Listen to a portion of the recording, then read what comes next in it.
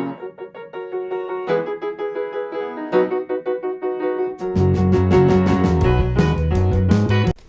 guys, it's me, Teacher Sam, and today is probably the most requested video I have ever had. And I have filmed this video probably 4 or 5 times now because I wasn't entirely sure how I wanted to do this. And I have to walk a tight line between being politically correct and just brutally upfront and honest. You guys know that I work really hard to always just bring you the truth, how it is, all the time. My little doggy's going to join me today. So today's video is about the app, and it's about groups in the app. And here's a few things. I'm going to preface this whole video by saying, number one, there are going to be people who don't like this video. There are going to be people who don't like me after this video, and I'm okay with it. I have never and don't plan on coming to Palfish to form, lifelong relationships with my best friends. That's not how I look at Palfish, okay? So I know that people aren't going to like it, and I'm okay with that. That's probably why I'm one of the best choices to make this video, in reality. Let's talk about some etiquette on the app. First of all, so there are some things that we need to realize on the app that will just make our lives easier. Chat groups are set up in a way that are mainly topic specific, such as there's one for training links and there's one for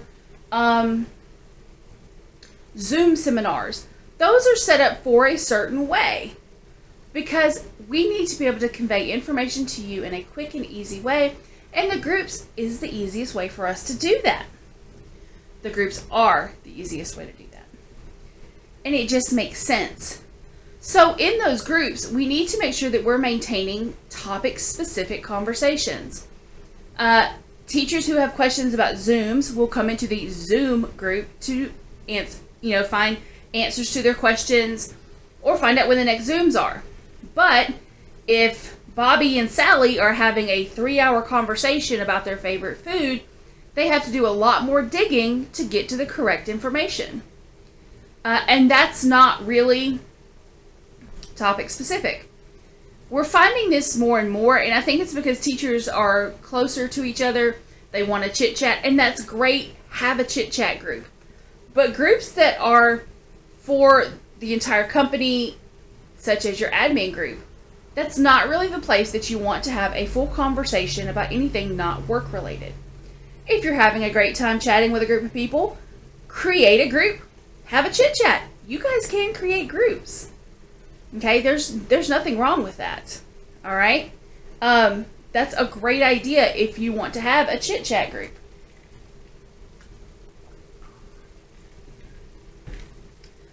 Whew, okay, next, we're seeing an issue, and it's not really an issue.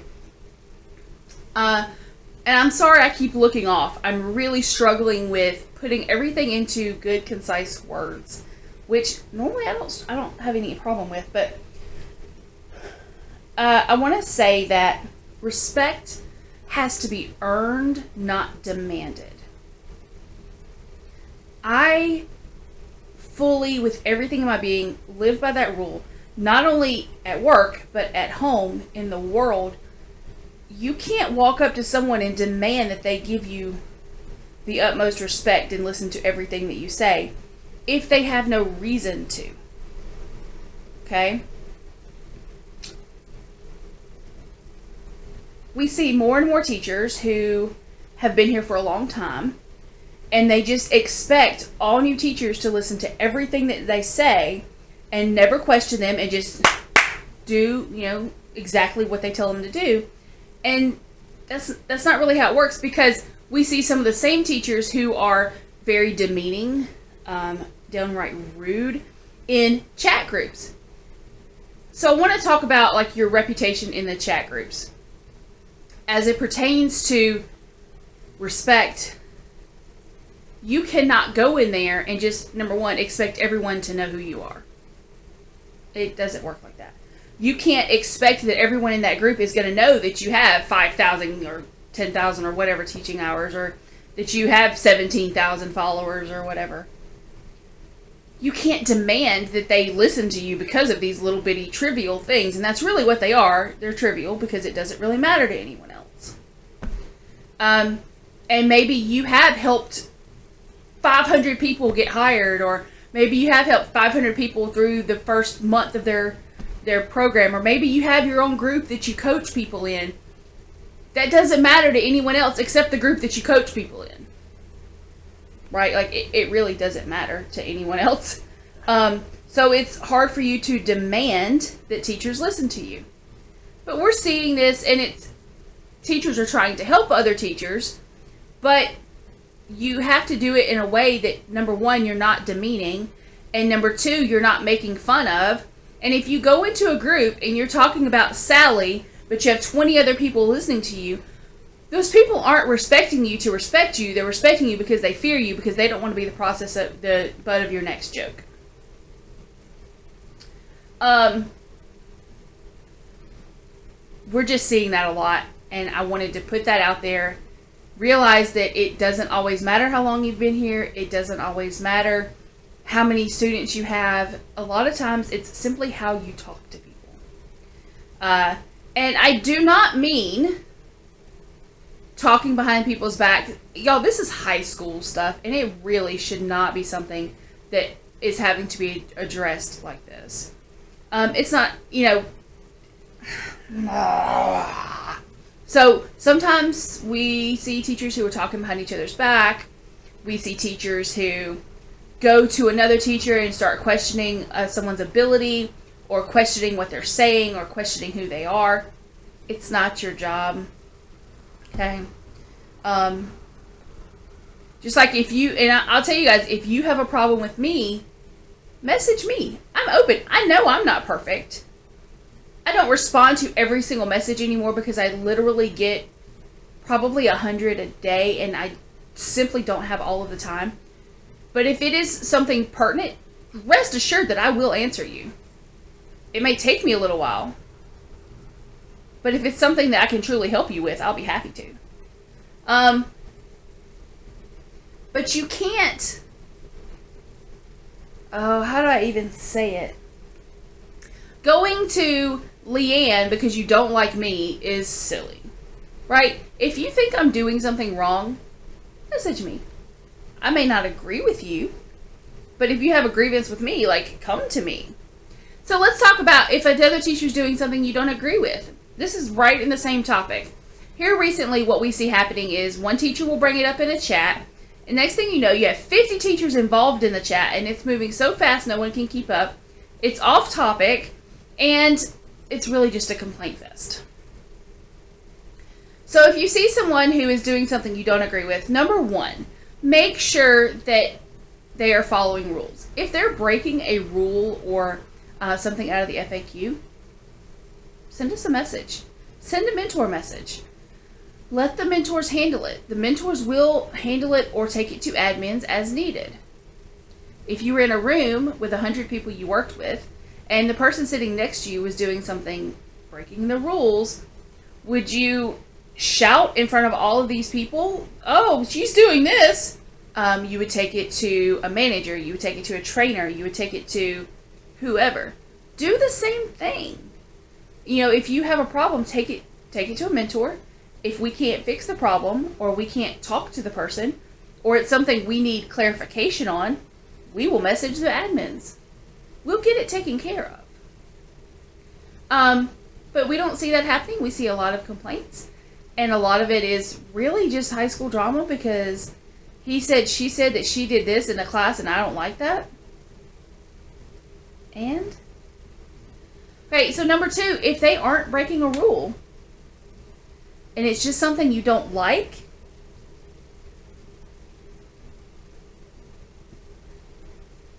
you know, you can not like it. You don't have to agree with things that other people do.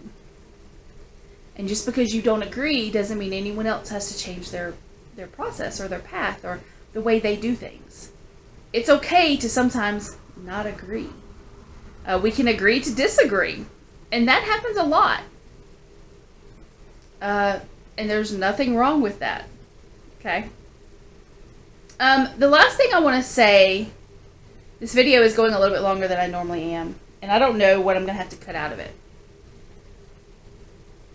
When you're dealing in chat groups in the app, we need to maintain a level of professionalism. We are hired. We are all replaceable. Admins are not going to come into these groups and police how we treat one another. Because they expect that grown adults can show mutual respect to one another without it turning into a little kid game. And that's what happens. Like, they're not going to come in there and say, oh, no, you should be nice to her. Because they don't care. That's not their job. They have much bigger fish to fry. They have much bigger things to do than to police how we talk to one another. So, does that mean you can talk to everybody however you want to? Absolutely not. It means that you need to be a decent human being. It means that you should maintain some professionalism. How you speak to people, remember that when you're typing a message, emotion cannot be conveyed. So, if your message sounds derogatory, it's probably going to come across as derogatory. This week, I was told that I was the fun police because I mentioned that in a free talk group, we should maintain free talk topics, not history lessons. And so this teacher went off because I simply say, why don't you create a group to do, these history chats in? I think that's a great idea. But I'm the fun police because I said, hey, let's try to stay on topic. I do that in every group. If it's getting off topic, let's try and bring it back. If it's a topic you want to talk about, create a group. There are thousands of groups on Palfish. Okay? So let's do a little review. Number 1, you cannot demand respect. Okay? You get respect and a reputation by being professional and just not being a butthurt all the time. Okay? Number 2, remember that topics are groups are topic formed, meaning they have a reason. Make sure we're staying in those guidelines. Number 3, remain professional. Okay? If you would not stand in front of a large group of people and try to call someone out, don't do that on the app either. Right? Like, just be decent. Just like you were talking to these people in public. Okay, this is silly that we have to discuss this. Treat people just like you were treating them in public. I think a lot of times we get behind a computer or a phone or a tablet and forget that these are real people on the other end of the screen. And if you wouldn't talk to someone like that in person, don't talk to anyone offhanded in the chat. Come on, guys. Okay, I'm going to go ahead and end today's video. I'm sure there's going to be more talk about this. Leanne has done some great videos here recently where she's talking about things like commenting and following students and commenting on their work in the reading app. You should go check those out. I know that was a hot topic recently in one of the chat rooms where teachers were upset. And I'm going to state here as my ending comment, there are no rules about following students. There are no rules. There are no rules that say you cannot follow and like and encourage a student on the reading app, regardless of whose student that is. Okay? Because you cannot tell if that student has a regular teacher that way. Come on, guys. Okay? Until next time, guys, I'll see you in the classroom.